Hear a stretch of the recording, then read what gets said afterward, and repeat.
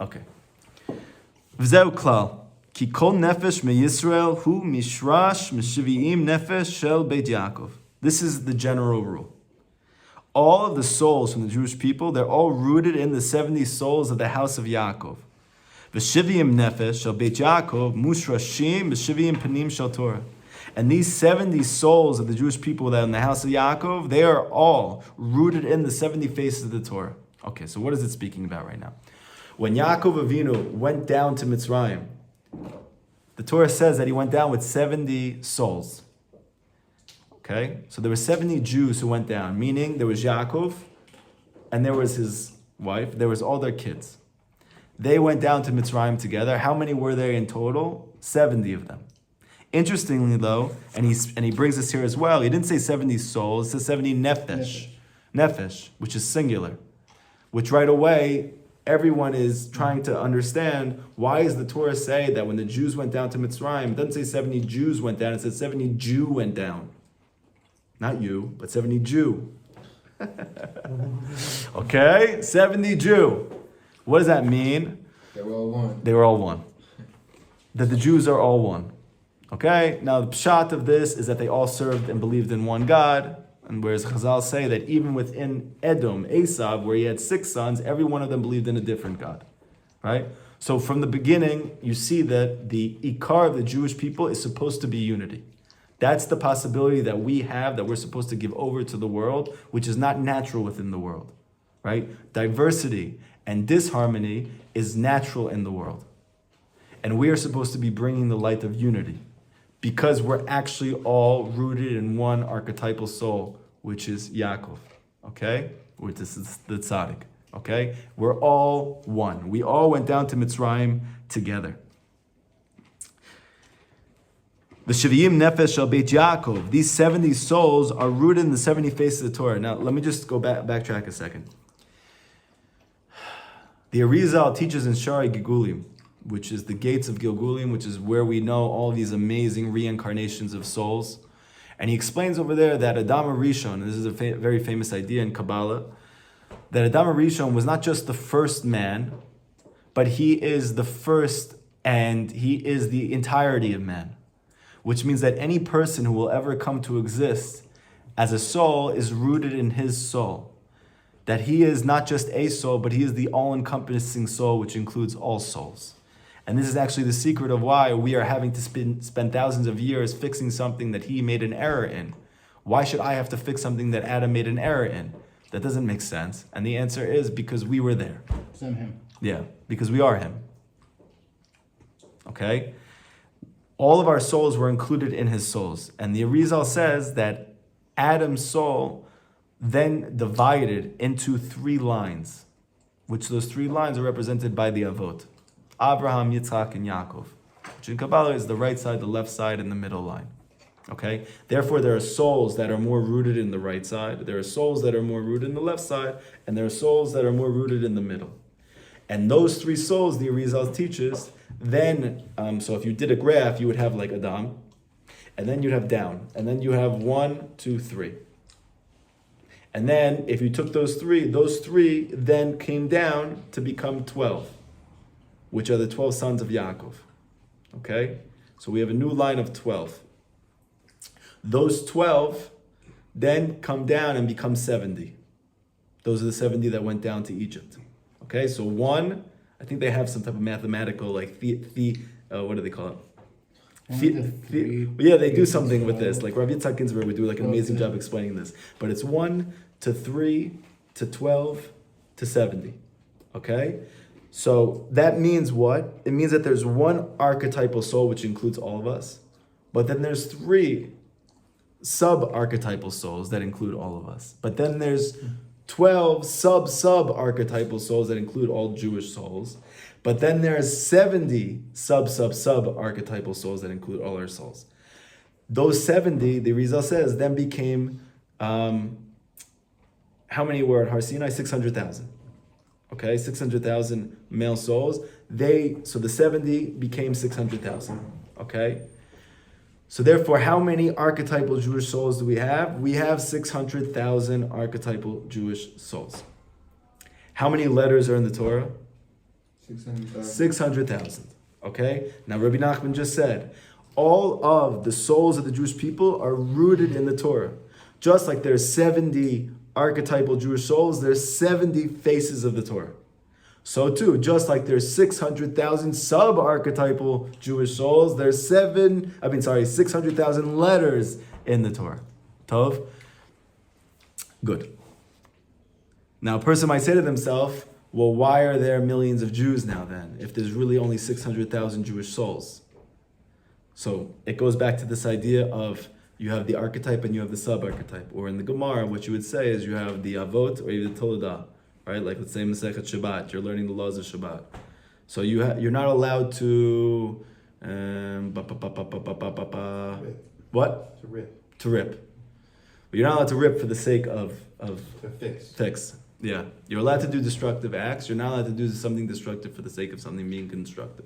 Right? So that's the Av, but then there's Toledahs of their Av. There's subcategories of that. I'm just trying to think of one like that's like... planting is Zriya is a good one, because like you plant and that turns into like snipping also, the snipping the tree helps it grow, and also, I don't know, watering it helps it grow. Right. Removing the rocks helps it grow. Beautiful. A lot of Toledah. Right. So where are these coming from? In the Mishkan, there were things that we did in the Mishkan, and those things that we did in the Mishkan, Chazal teach, we're not allowed to do on Shabbat. That's where all of the lavim, all of the things that are prohibited on Shabbat, where do they come from?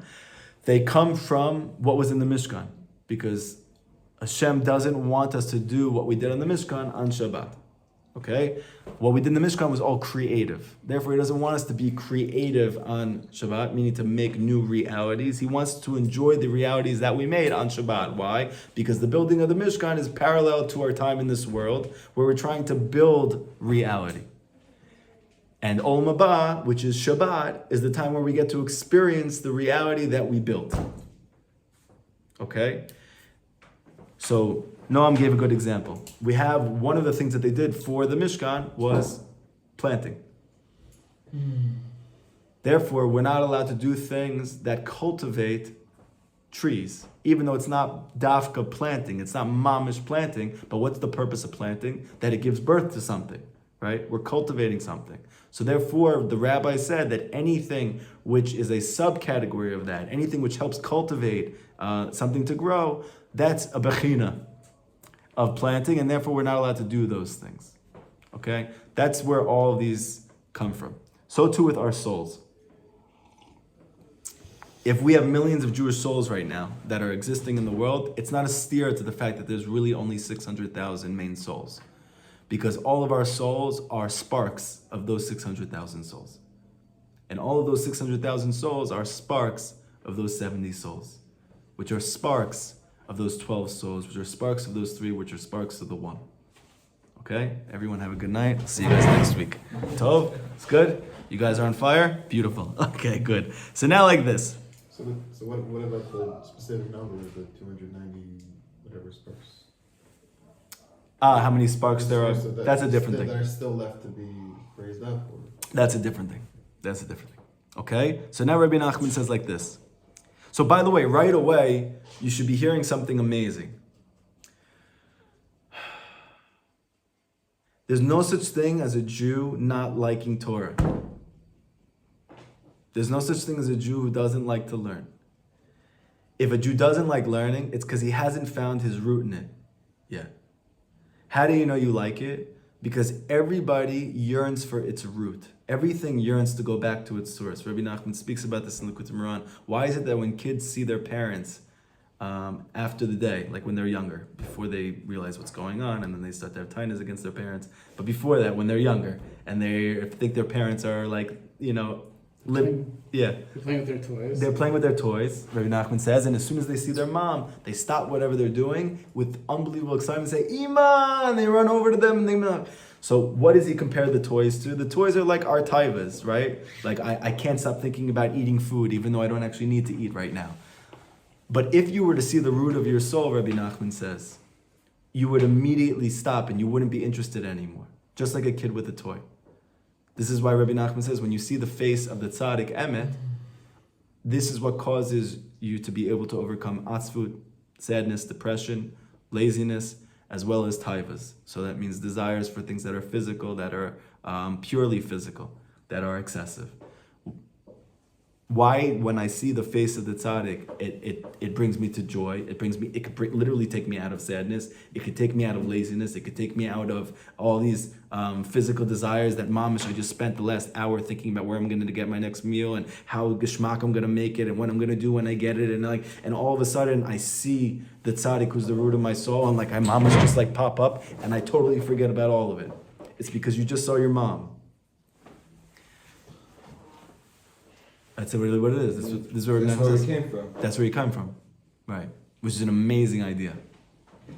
So when you really glad my mom's not named Nachman. well, that's actually not true because your mom's name is Nachman, and if you were part of the Nanaks, then you would know that everything is named Nachman, Moharan. Okay, so if you don't like learning, first of all, you should know you're not hopeless, and there's nothing wrong with you.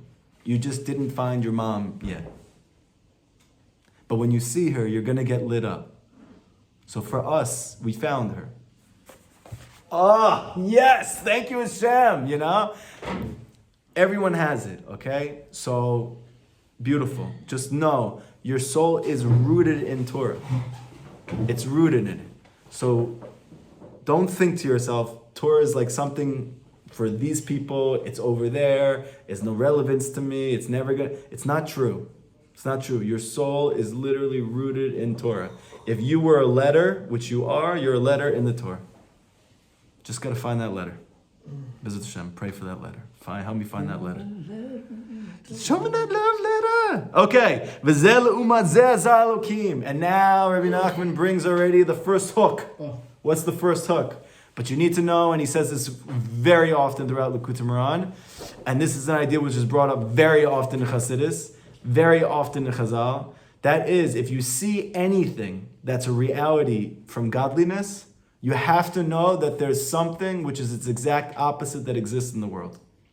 Why? Because Hashem made this in contradistinction to this. It's a pasuk from Kohelet, where Shlomo Melech is trying to describe how everything has its antithesis. Everything that Hashem creates that's good has a antithetical reality to it. So too, these 70 archetypal Jewish souls, which are rooted in the 70 faces of Torah, has to automatically have an antithetical reality, which combats it, which prevents it, which precludes it. Is it also rooted in Adam, or is it a separate entity entirely? Oh, so we're going to have to see. Originally, it wasn't in Adam, and then it became a part of Adam. Okay? That's why it's so hard to, and that's why we're going to have to really pierce through this thing. Because initially, it was outside of Adam, meaning he could see that there's this thing's opposite me, and it's much easier to fight your enemy when you can see him. But after the error of Adam, meaning our error, that antithetical entity then became a part of us. It was still Zelumat even from the get-go. Yeah. And now that's part of why Torah is so important, and that's why Hasidus for sure is incredibly important, because it helps you really, really hone in on like, what am I? Who am I really? And what is this thing that I'm doing that's not me? That I've maybe done my whole life, that I struggle with, but that's not who I am. Because the only way to overcome your enemy is you first have to know who it is, right? And the Torah is teaching you that. And then Chassidus really just brings it all the way home. Like, what do you mean by Chassidus? Meaning, Chassidus is breaking down these ideas in the Torah which sound like a story, or in the Gemara which sounds like just halacha, and it's showing you that these realities are very interpersonal realities that all of us are struggling with, we're all dealing with. That the Torah is not just speaking about events that took place historically, but they are dynamics within our soul that are taking place always. Because the Torah is true, and anything that's true is true from the beginning to the middle to the end. It has to always be true. So how can it always be true if Moshe and Yoshua and Amalek was then? The answer is yes, Moshe and Yoshua and Amalek was then, but Moshe and Yoshua and Amalek is also right now.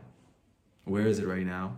It's taking place as a klal within the world, There is a Moshe in this generation. There is a Yoshua in this generation. And there is a force which is embodied by Amalek in this generation. It's a paro. Right? But you also have within you a part of you which is Moshe, and a part of you which is Yoshua, and a part of you which is Amalek. So it's like parallel realities that all are equally true, but on a micro and macro scale. This is a simple class. That was a joke. Okay. Still, I don't think any class is going to be more complicated than last week. I'm good, it's easy. This is good. Okay. So everything is connected this.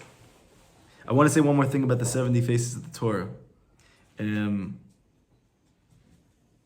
terms of Kabbalah, where do we see? Well, where does this idea of 70 faces come from? This should also add a different dimension to why Yaakov, when he went down to Mitzrayim, why is it called nefesh versus many souls? Right? So we said because it's not really 70 different individual separate realities. They're really 70 fragments of one reality called Yaakov. Okay? So what are we like? We're like a diamond. All of Yaakov's kids were facets of one diamond. Whereas Yaakov is the whole thing. Right? He gave birth to all of them. So that's why we're a nefesh. So then you're going to say, well, why is this person so different than this person? Same reason why in a diamond, this facet's totally different than this facet, but it's still all part of one diamond. Okay? Now, I mean, there would be, in theory, a Torah that didn't have 70 faces, just had one face. no, the one face includes the 70. When I learn one of the, let's say I only know one of the... You're saying that there I are... only know one of the 70, I'm lacking. Yeah, you're lacking. That's right, because you're only learning one facet. But it could, and that's why... The Adam Rishon, pre-sin, Yeah. there'd be one face. So with these things, it gets a little complicated because there's the idea of actual reality and there's the idea of potential reality. Yeah.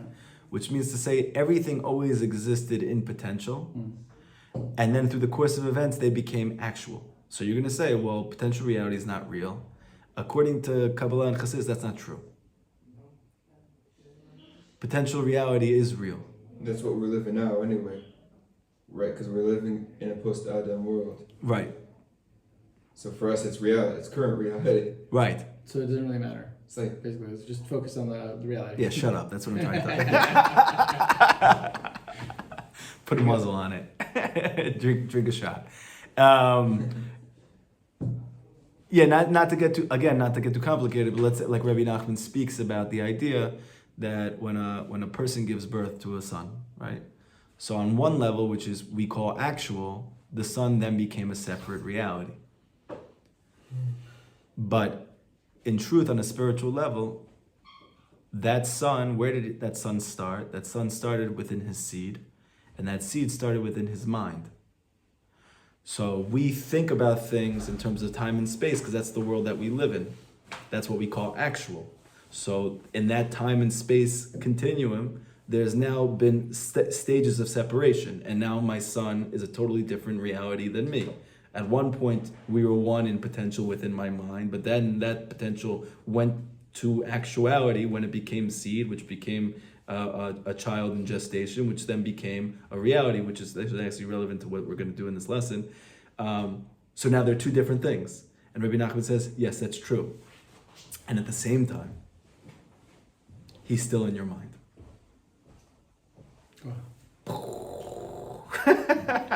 And you have to kind of hold, kind of like the Likutey Moharan about when you say Baruch, each letter says, hey, just stay with me. Like the bet still says, in the ratio, you say Baruch, but you're still at the beginning. Yeah. You're always at the beginning, basically. Yeah. Even though you're later on, Right. you're still there. Right. Okay. Yeah, so it's... so Banner talks about that? Yeah, in 65th Torah of Likutey Moharan. Which one? Balazadeh. Oh, that's it. Yeah. Also, like Moharan, in terms of like doing tshuva, you have to go back. Right. Like Yod K, you go Right. back to the Yod. Right. Everything, but everything's It's not always... just from the beginning. Right. So like At least the- What is Rabbi Nachman speaking about in this case? He's talking about the connection between the son and the father, which he says Av and Ben, which is why the word together is Evan. It's one thing. It's Yaakov and Yosef were called Evan Yisrael together. Why? Because on one level, Yosef was his totally own reality, but on another level, he was actually a projection of Yaakov. And even though he became a separate reality, he still also simultaneously remains an intrinsic part of Yaakov. In that case, they're Evan, they're one. They're kind of like a remote thing, it's like a remote control. It's an extension. Yeah, it's an extension of you, and they're both true. And now, why is that also important? Because this is part of why a Jew, no matter how far they are, just try to stay with me because it's very deep. No matter how far a Jew goes and feels, he's always completely one with Hashem. Why? The same Evan thing. Because he's just an extension of he's still in Hashem's. Because on the level of what we call actual, which is only actual from our perspective, because we're within this construct of time and space. So yeah, we have moved far. We have moved far in time. We have moved far in mindset. We have moved far in action. We have moved far. You can move far in a million different ways. And so in that sense, I'm far from Hashem. But there's another level of reality, which is that I am still within my dad's mind. Dad being Hashem. Yeah.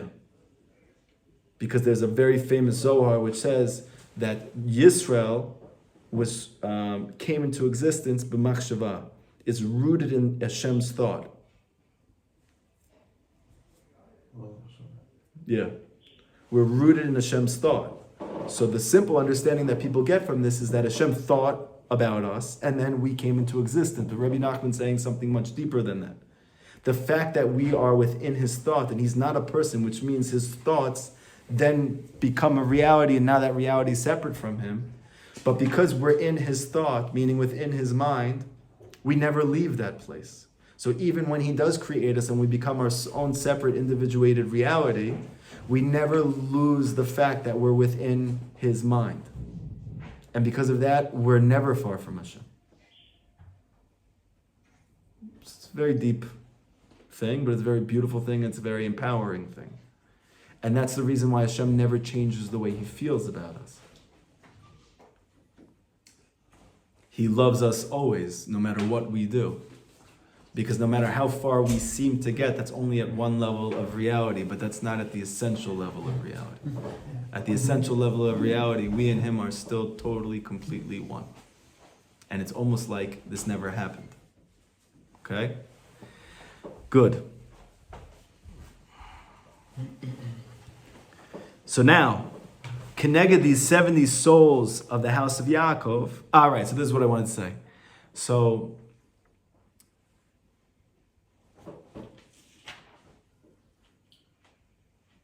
where do Jewish souls come from? In Kabbalah, the Arizal says Jewish souls come from the coupling, the zivug, the union of the two lowest partsufim in the highest of places. So I'm not going to get into what that is, but very simply what that means is what we spoke about in the past. You have the lowest sphera, which is called malchut, kingship, female, and that's like the wife in this case. She's the one who gives birth to us. She's the mother of the Jewish people. She's the Shekhinah. Okay, in Kabbalah she's called Nukva. Her husband is called Zer Enpin, or within the Sfirot, it's called Tiferet. Now, what's interesting about this partsuf is that even though Malchut, Nukva, is only one sphera, this female dimension is only one sphera, the male dimension, the husband in this relationship, is made up of 6. Yeah? They all find themselves harmonizing within this one main sphere, which is called Tiferet. So to make it like less abstract, in the Torah, Yaakov Avinu represents Zer Enpin. So everything that we learn about Yaakov is really the Torah trying to teach us Kabbalistically about the sphere of Zer Enpin. And everything that happens to him is really what happens at the highest of ephemeral spiritual levels, like abstract before existence and during existence and post-existence, to the sphere called Zer Enpin, or this partsuf called Zer Enpin. And his wife, who he loves and she loves him, and everything he does is for her and everything she does is for him, that's Rachel. right? That's the Shekhinah. That's Nukva. Okay? Yeah. Now, it's taught that all of the Jewish souls, spiritually, they're coming from the Zivug, the union of Zer Empin and Nukva. Okay? Zer Empin and Nukva are giving birth to all of the Jewish souls. So now, within Zer Empin and Nukva, how many Sfirot do you have? 7. And the Arizal teaches that every Sfira is made up of all the 10 Sfirot. So you do the math with me. You have 7 Sfirot that comprise Zer Empin and Nukva, Yaakov and Rachel. You have 7 Sfirot that comprise the father and the mother of all the Jewish souls. And those 7 are all comprised of 10. So how many you get? 70. Because every one of those spheres has a 10 automatically. It has 10 within it. It's comprised of 10. Kind of like Ruch, Sarah, and Yeah. every odd has one. Yeah. I don't get how you switch from Tiferes to Partsuf. I don't really know how these things work, but Yeah. So the thing, like we spoke about in the past, things exist equally on parallel levels. They don't contradict each other. They're just existing at a different plane of existence. So on one level, they're called Sfirot. And at a different level, they're called Partsufim. Or like, for instance, on one level, we're people. But at the same exact time, on another level of existence that it is equally true and exists at the same time, we're letters in the Torah. They don't contradict each other. So too here with the Sfirot and the Partsufim. And that's why I always tell people, like when people say, oh, I love Kabbalah, it's like when you say I love Kabbalah, you're saying I love Hasidus. That's how you learned Kabbalah, you got it from there. But if you actually read the teachings of Kabbalah, if you read the teachings of, which you might love, if you love quantum physics, if you love science and you love, scientific theory and you love the mechanics of things, so then, yeah, you might love Kabbalah. But when you learn these Kabbalistic ideas that you love, it's not in the way that the Arizal teaches them. That's mamish like science, math at the highest of levels. And why is it so hard and complicated? One of the reasons is because one of the main revelations that he gave us is this idea of Partsufim. These Sfirot, how they operate in different ways depending on which Partsuf they exist in. okay, so if I understood then, Yeah. In the realm of Partsufim, the Malchus is still just Malchus. Yeah, it's called Nukva. Right, so Okay, she, that's the right, so Partsuf she, that is Nukva, right, and that just is Right. Malchus. right, beautiful. Okay, And, Tiferes, And Tiferes, which really is, yeah, Tiferet, which represents harmony and balance, and they call it Rachamim. Why? Because Rachamim is a total mixture of love, unconditional love, and zchut, what you deserve, right? Because you're not allowed to be compassionate to a person who doesn't have das, right? So compassion is really love and its counterpart. And when those two things come together, that's called compassion. Okay? That's Yaakov Avinu. Yaakov Avinu represent the perfect harmony of his grandfather and his father, meaning Chesed and Gevurah. That's Abraham is Chesed, he's unconditional love, and then Yitzchak, he is mitigating judgment. That's called zchut. That's called zchut. Yeah. okay. That's what it is. If you just think about it, what's zchut? It means I did this and I get this. I didn't do this, I don't get this. That's what really, when people say din, it sounds like something like very, very scary. It's not. It's. There's no emotion behind it. It's. That's the whole point. It's like you get what you deserve, right? That's called Yitzchak. That's his personality. That's one way that Hashem operates in the world, and that's the way that He really wanted from the very beginning.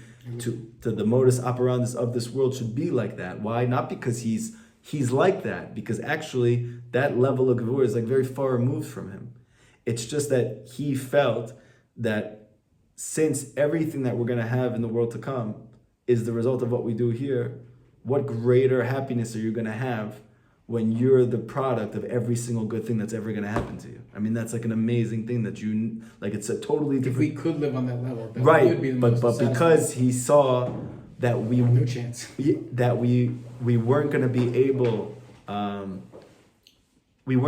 able to get through to that point if it was all just based on zchut. So he combined it with unconditional love, which is really much closer to how he actually is.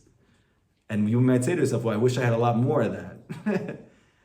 But the truth is, it diminishes what is going to be the end result for you, because that's assistance from Hashem that's unearned. And now, Like Katonti Mikol Chasadim when by Yaakov he said, maybe I used up my schiyah. right. Okay. So That for an hour, limits you. It limits you. right. Then you're just like mushy. It limits you also because it's not about you anymore. It's like, for instance, when people think about Torah, they go, wow, Torah is like so intense. It's like there's so many things you have to do, you don't have to do, right? It's one of the amazing things that like I realized I've thought a lot about. And I've heard this idea before, but I'm just gonna branch out the idea and try to make it something that Hashem placed in my brain. Okay. This idea, which I heard Rabbi Akiva Tat speak about when I first started doing tshuva, which was like an amazing idea, was the fact that in the secular world, everything is about your rights. You have the right to this, you have the right to that, right? And everyone is fighting for those rights. And those rights are the cause of people's thoughts, those rights are the cause of people's motivations, the rights are the cause of what people are determining the quality of their life. It's based on them having those rights or not having those rights, or fighting for those rights, or struggling because they don't have those rights. Then Rabbi Akiva Tat said something incredible. He said, how many times in the Torah do you see that Hashem says that you have the right to something? Never. It never says you have rights. What does it say? You have responsibilities. That's it. It only talks about responsibility and never talks about rights. Now, you might say, well, what's the difference between these two things? Well, just like on a very practical level, if I don't think I have the right to anything, I don't get let down all the time. Because like if I think I should be, something should happen to me, I should have this, I should be married, I should have money, I should be successful, I should have parents that treated me nicely, I should have friends that didn't bully, I should, right? So you know what happens? You get hurt a lot, and not only do you get hurt, but it paralyzes you, meaning you become enslaved to your reality. You become a victim of the righthood because I feel that I should have these things. And also, it has to do with me, meaning it's all inward focused. The concept of a right is only the individual. It's about my right to something. I have the right to arms. I have a right to say what I want. I have the right to happiness. So it's nichlel it's encompassed, it's implicit within the language of right. It has to do with me. Whereas responsibility has to do with the other. Responsibility is my responsibility to Hashem. It's my responsibility to the Jewish people. It's my responsibility to the world. And that has to do with other. Automatically, something that's coming out of this is that the Torah is trying to get you to be selfless. And the secular world, it doesn't know it's doing it. But even the language in which the very framework of society exists in the Western world, it's getting you to be selfish. Wait, can I pull us back just one second? Yeah. We said Shivim Nevesh Shel Yaakov and Shivim Lashon. Is this sort of going? You're sort of moving into that? Yeah, we didn't get there yet though. Oh. Yeah. It's a setup. Yeah, it's all set up. It's all set. To me asking you for money at the end of this class.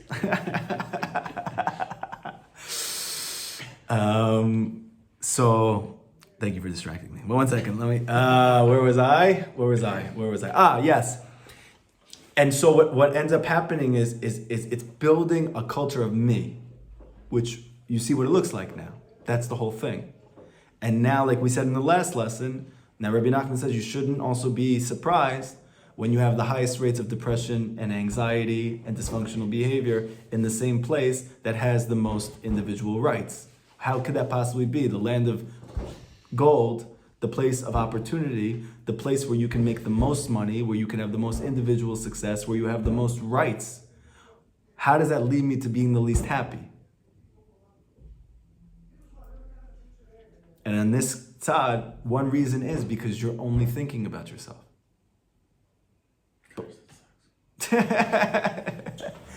But the Torah, from the beginning, never tells you have the right to anything. You only have responsibilities. Now you might think, well, that's a C word for its depression. That's heavy. I mean, all I'm hearing is all the things I'm responsible for. Oh my gosh, kill me now. It's like, but that's the key to happiness. Why are tzaddikim so happy?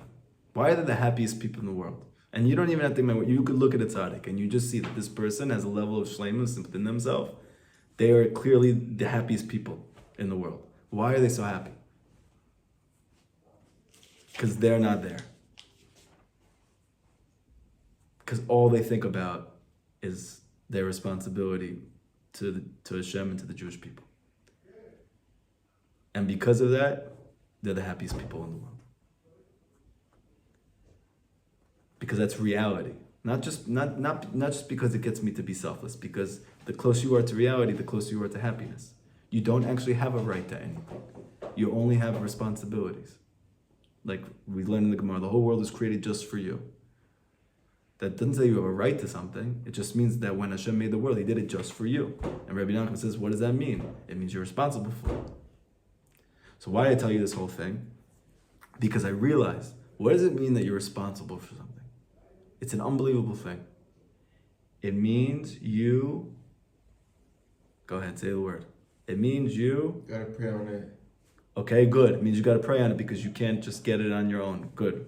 It means you... have the power to affect it, to make it better. What is that in one word? It means you... Suck. That was definitely not what I was going for. And I hate you. No, I'm just kidding. It means you matter. It means you matter. The fact that Hashem keeps telling you all these things that He hopes that you're going to do and that you're responsible for, every single one of those means that you matter more and more and more. That your choices matter more and more and more. Because if I don't have any responsibility for anything, it means I don't matter. Do you understand what I'm saying? It's a very deep yesod. All of the obligations of the Torah, Hashem saying, you matter, you're important, your decisions make a difference.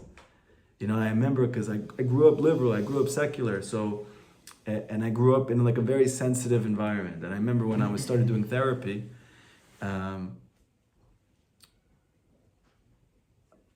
I think I told you guys this story, but I'm going to tell you a different element. I was working with a veteran, African American. I don't even know if they call them that anymore. If that's offensive, please, I'm sorry. I haven't been in that world for like 10 years.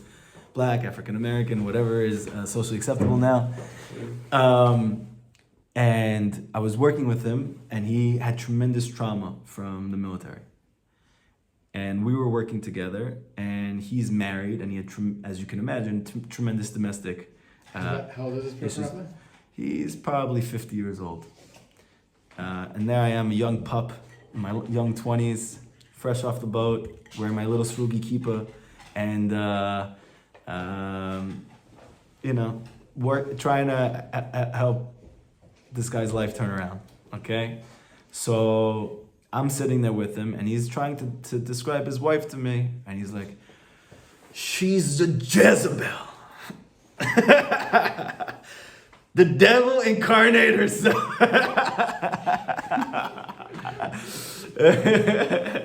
He goes, no, you don't understand. She is pure evil. I was like, okay, He's like, that sounds rough, And she's like, whatever. And And usually the main source of problems in relationships simply come when I don't understand where the other person's coming from.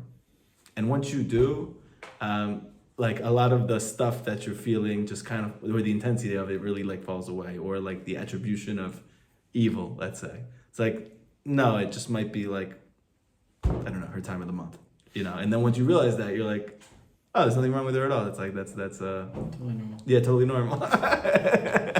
I'm so sorry for calling you the devil incarnate and Jezebel or whatever that means. Okay. So anyway, so I said to him, and I tried to provide her side. I said, well, maybe for her, la la la. He's like, oh, interesting. You know, that kind of like defeats this whole paradigm I made up in my head. So I had this idea. I was like, you know what? She probably like has no idea where he's coming from, and he probably has no idea where she's coming from. That's probably why the fighting is so intense. So I had an idea. I'm like, you know what? Maybe can you, for one session, bring your wife into the session, and I could try to like be in the middle and try to be there to facilitate a way that both of you can understand each other better. And through that, to be able to connect more and to have more happiness and joy and love with each other. Right? He goes, wow, that's amazing. It sounds great. Whatever. And he goes, and then he calls her and he goes, hey, devil. No, I'm just kidding. And so the therapist says he wants you to come in. No. So what happened was, back then I was like, I was just in, what's it called? Training, right? So I went to my supervisor.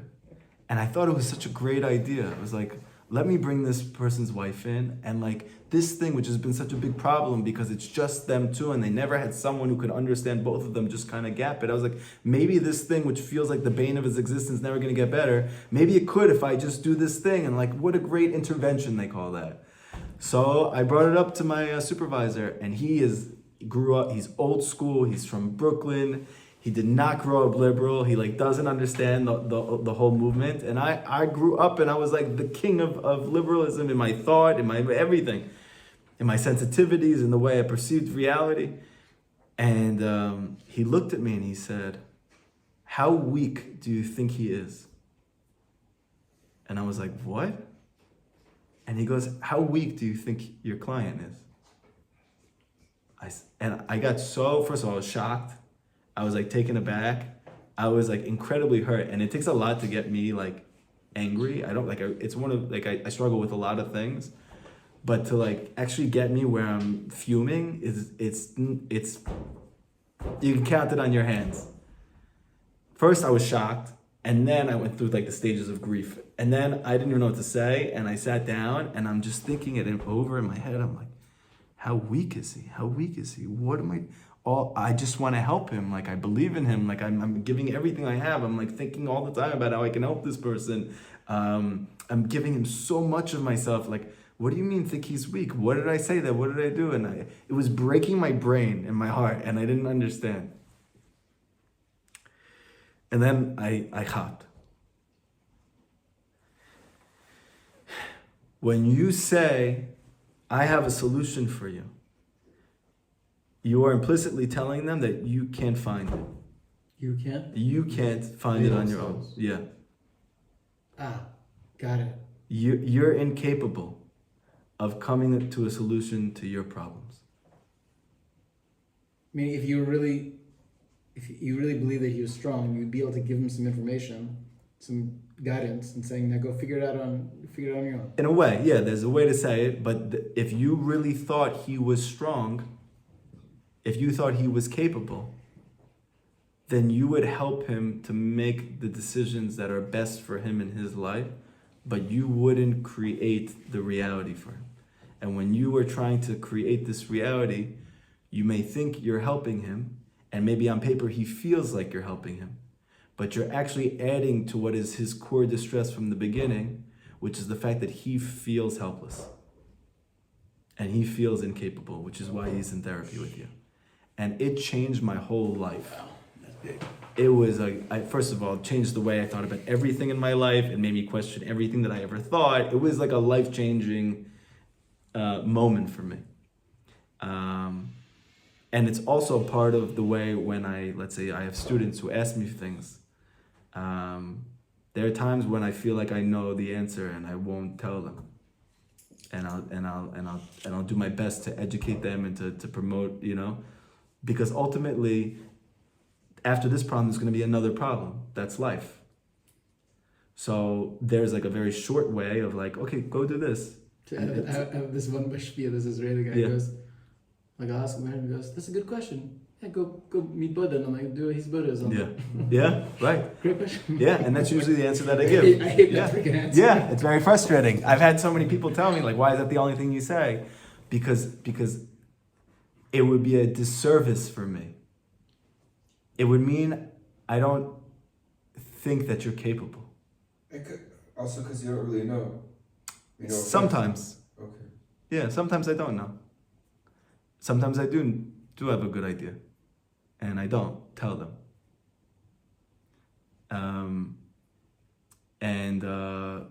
So here, and this is the same thing by Rabbeinu. Rabbeinu, when it came to practical advice, he rarely ever gave any personal advice. And what's the reason? I think on some level, he understood that, probably on a much deeper level than we do, that every single Jewish person is capable of drawing close to Hashem with the right advice, education, Torah. There's like the most offensive thing you can do to a Jewish soul who's ultimately sourced in God, and you're saying, here I'm gonna baby steps. I'm gonna handicap you. Right. Like I'm a Jewish soul. I should be able. I want to do it myself. That's what I'm here for. Right. The whole point is you're free. Every morning we say Shelo Asani Eved. I'm not a slave. So if Rabbi Nachman told you the answers to all your problems, not in the Torahs, it is in the Torahs, but that's in the Torah, that's in education. He was like the first social worker, mamish, like exactly. But when it came to actually asking him for Eitzah, what should I do? That was a whole different ballgame by him. That was a whole different thing by him. Okay? Because he wants you to know that you're strong. And through your knowing that you're strong, that's your key. Knowing that you matter. That you matter, right. Gives you that strength. Right. Beautiful. Thank you for linking it all together. Knowing that you matter. And how do I know I matter? Because Hashem gave me 613 things that I'm responsible for. It's not to make you feel there's an albatross on you. It's to tell you 613 times you matter. You matter. You matter. You matter. And that's the way you have to look at it. And when you look at it that way, what does it mean I matter? It means that I'm strong, that I'm capable, that I can, that I'm not a slave, right? It's freedom. The mitzvot are freedom, okay? So now, we have antithetical to the Jewish soul. Keneged these Shivi'im Nefesh Shel Beit Yaakov, you have the Shivi'im Lashon. You have the 70 languages or tongues. Shekol Lashon v'Lashon yesh lo mida ra'a bifnei atzma ma she'ein bechaverta. So in the Midrash, Chazal, a lot in Zohar, Tikkuni Zohar, it said that there are 70 archetypal nations. Just like there's 70 root Jewish souls, there's 70 archetypal non-Jewish nations. And we know that when Hashem gave us the Torah, he first went to all 70 of these archetypal nations who said no. Until the Jewish people said, Na'aseh v'nishma, we're going to do it. And you're going to see how all of this is connected. Why we said yes, why they said no, it has to do with this. Now, again, like we just said before, these 70 archetypal nations are not just groups of people. Or countries or whatever. Or countries. It doesn't matter if East and West Germany decide to connect or not. Yeah, that is actually a manifestation. There's a deep spiritual reality of 70 antithetical powers in the world to the 70 faces of Torah, or the 70 aspects of your soul that bring you close to Hashem. Meaning, all of your impediments to drawing close to Hashem is a different nation. It's a different language. It's a different tongue. Okay?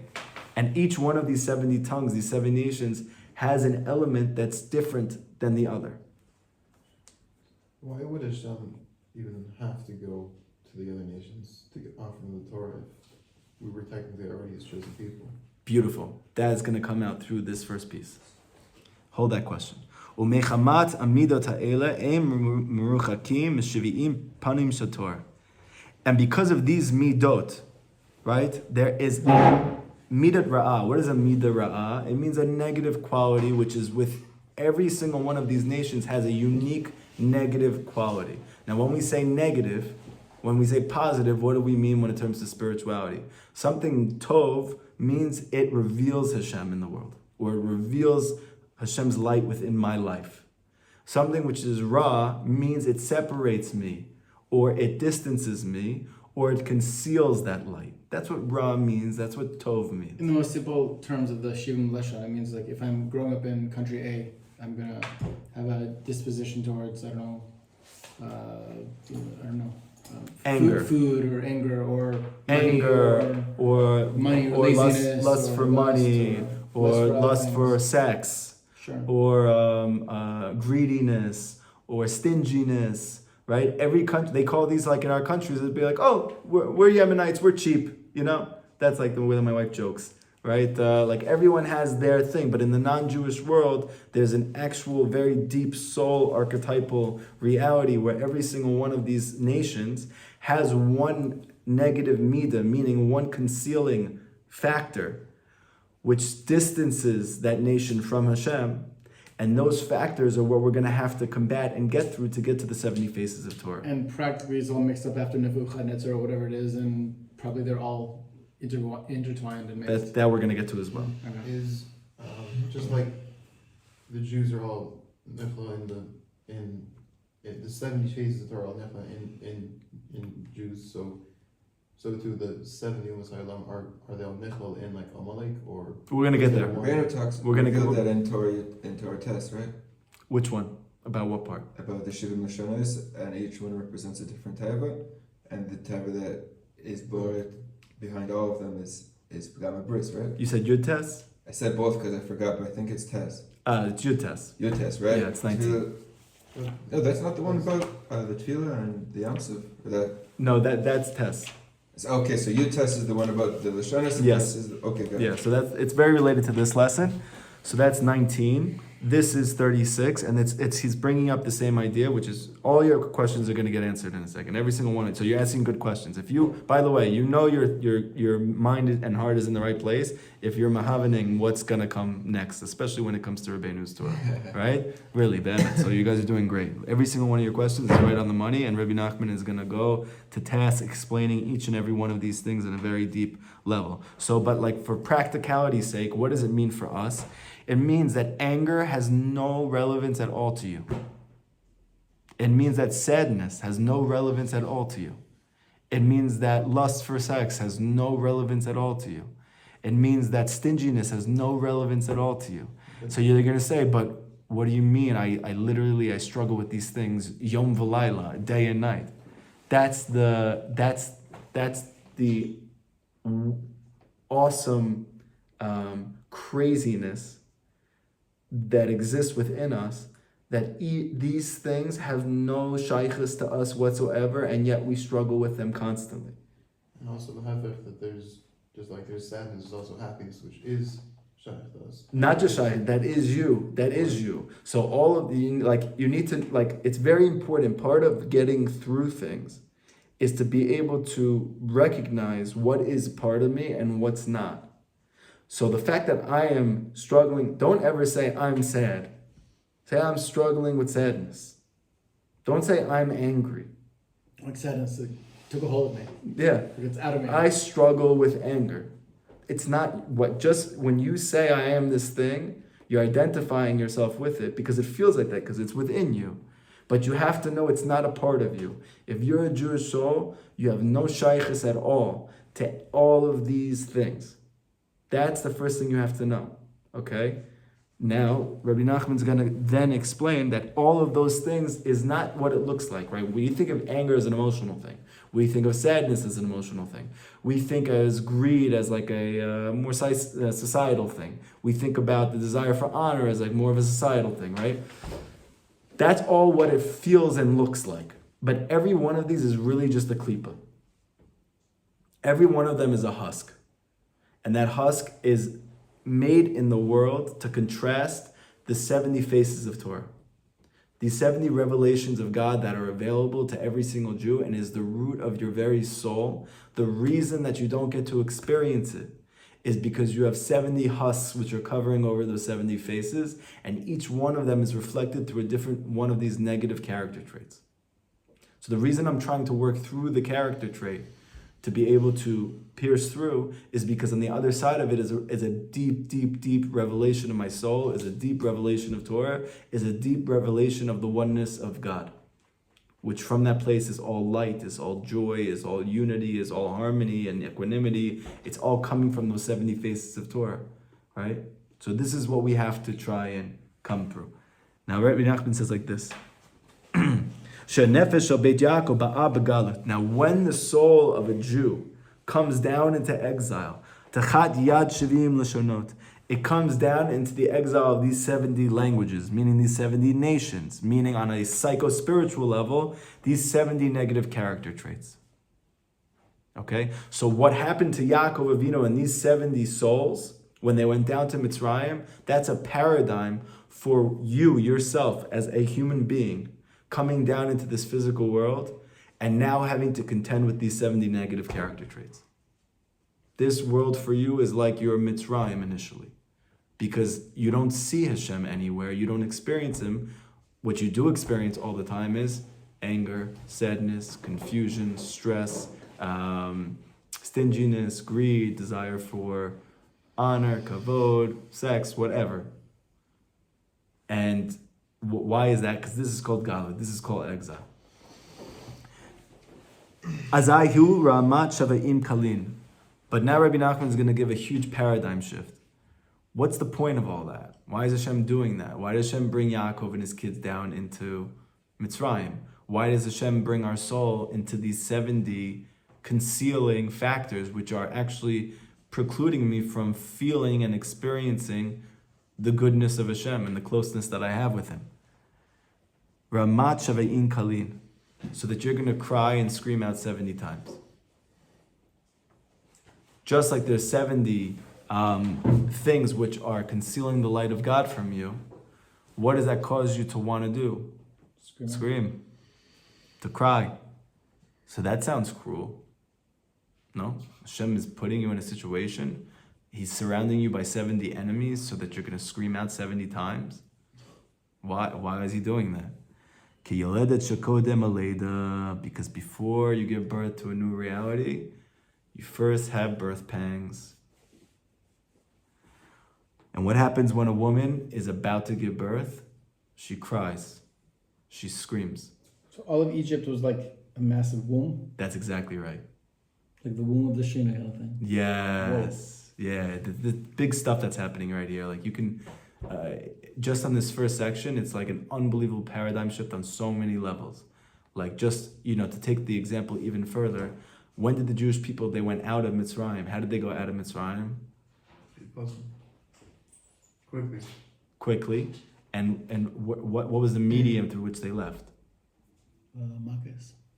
Makkas, right? 10 Makkas.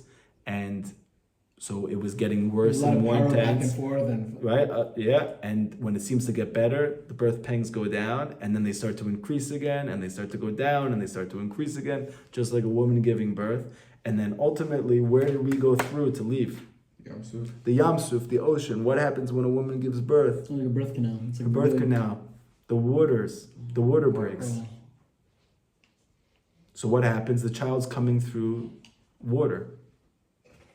The entire thing, according to Kabbalah, the Jews leaving Mitzrayim, was the Shekhinah leaving the exile. And how do we know Mitzrayim has to do with these 70 nations? Because in the Midrash it says that all of the Galut, every single Galut that the Jews ever go through, is encompassed within the name Mitzrayim. So whether it was Babel or Babylonia, right, Assyria, Greece, Yavan, Rome, Romi, Edom, whatever, all of those are called Mitzrayim. Why? Because the Midrash says they were all Mitzarim, meaning they all caused affliction to us. They caused the pain to us. Why are they causing pain to us? Because that's birth pangs. That means every time I have I experience or some sort of bad negative trait, it's the birth pang outside of me. It's not me. So Right. I never have to identify with it. Right. And be like, oh, that's right. I'm birthing. Yeah, you gotta cry. You gotta scream. Hello. No, it's a whole shift of like, I'm angry. What am I supposed to do right now? I'm supposed to cry out to Hashem. I'm not supposed to give up. And I'm not supposed to identify myself. Like a woman who's giving birth, she doesn't identify herself with the pain. She doesn't go, oh my gosh, this is I'm so me. angry. This is I'm such yeah. an angry person. I am such a birth pangy type of person. Yeah. No, it's just like I'm about to give birth. There's nothing else to do other than scream. Right. And it also there's nothing else for us. But the nature of this world is to conceal reality. It's to make you think that you're not giving birth. And therefore, what do? You go into Yeush. And so you just collapse. Now, what would happen if a woman didn't scream? She didn't cry. She couldn't give birth.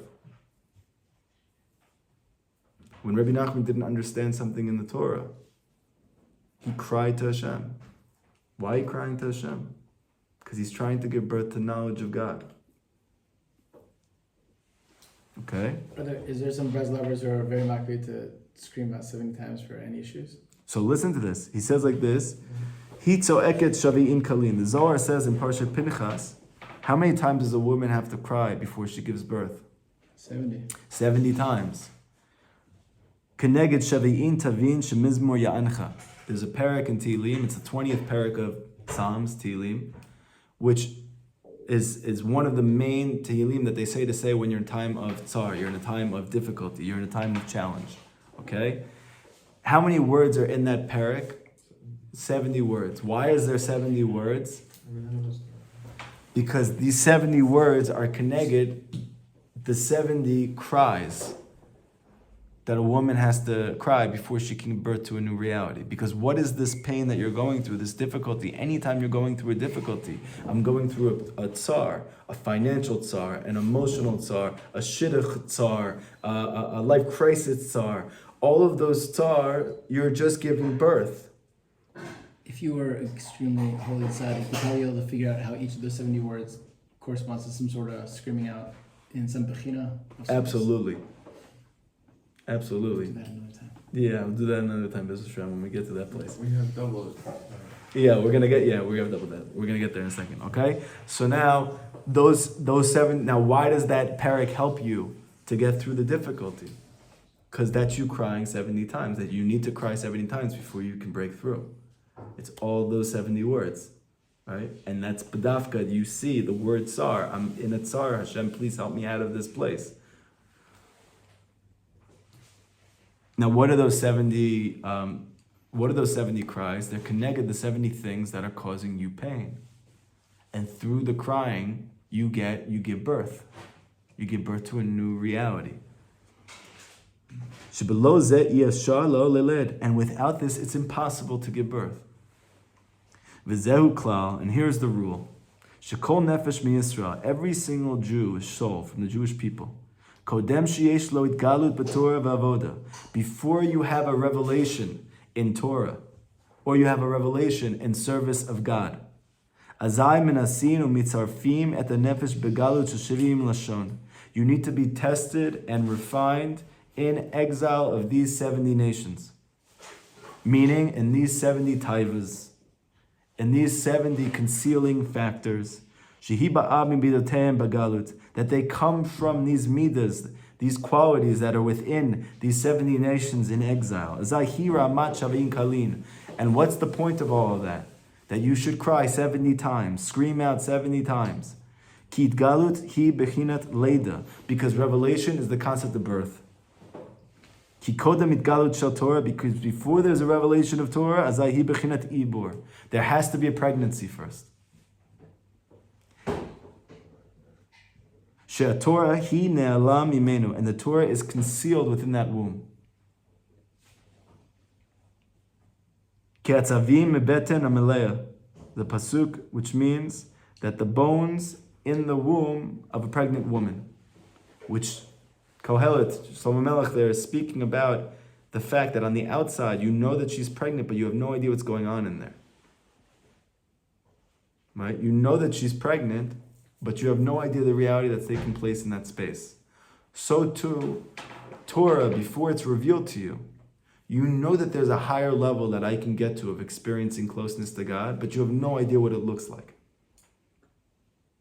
Why? Because she's in utero. Das, knowledge of God, a higher level of closeness, connection, unity to God, it's in the womb. And for you to give birth to it, you have to cry to give birth to it. And what causes you to cry? It's the 70 nations afflicting you. Or in this case, it's a heightened stressor you have from things that maybe you already felt like you have overcome. So let's say, for instance, you have struggled a lot with sadness in the past, and then you had like certain breakthroughs with it. And now out of nowhere, you're like on the bed again and you can't get out and you have no idea how this happened. You're like, I thought I overcame this thing. Or I struggled with anger for so long, and then I started learning Rabbi Nachman's teachings, and I started doing Hippodah, and I really cultivated my emunah, and I started to like judge everybody favorably, and like I haven't really struggled with that to the same degree. And then out of nowhere, I started getting angry and annoyed at everything. Where is that coming from? What is that? So you think it's because I never really did it to begin with, and this whole thing was just a facade, and here's like the real me again, and I'm just creeping back up. Imposter syndrome. And Rabbi Nach says, no, you idiot.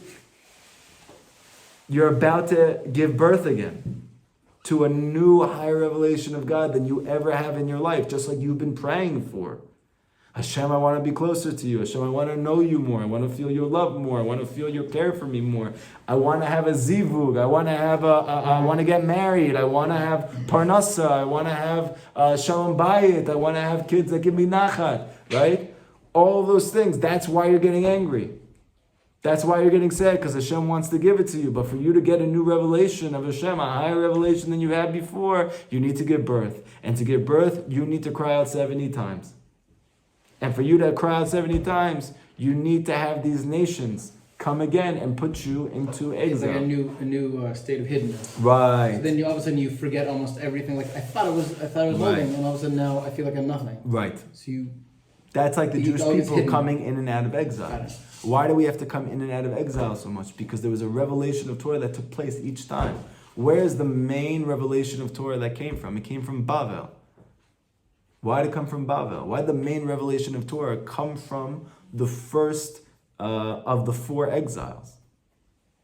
Because exile gives birth to revelation of God. It's a whole paradigm shift that Rabbi Nachman is trying to bring you. It is the birth pangs of pregnancy that give birth to reality. Exile gives birth to redemption. Galut gives birth to Geula. You can't have one without the other. Torah can only be revealed through the birth pangs of exile. And this is the reason why we signed up for it and nobody else did. Because Esav didn't want to suffer. He didn't want to struggle. He didn't want to be a woman. He didn't want to have to continuously get pregnant and give birth. Even if it meant that each time you had a new reality which totally improved the quality of your life. And it was a light and it was a illumination that you could never have conceived before, and it's this new reality for me. Sorry. Yeah. And we said, we'll do it because we want to be closer to you and we want to experience you, right? So I just want to explain like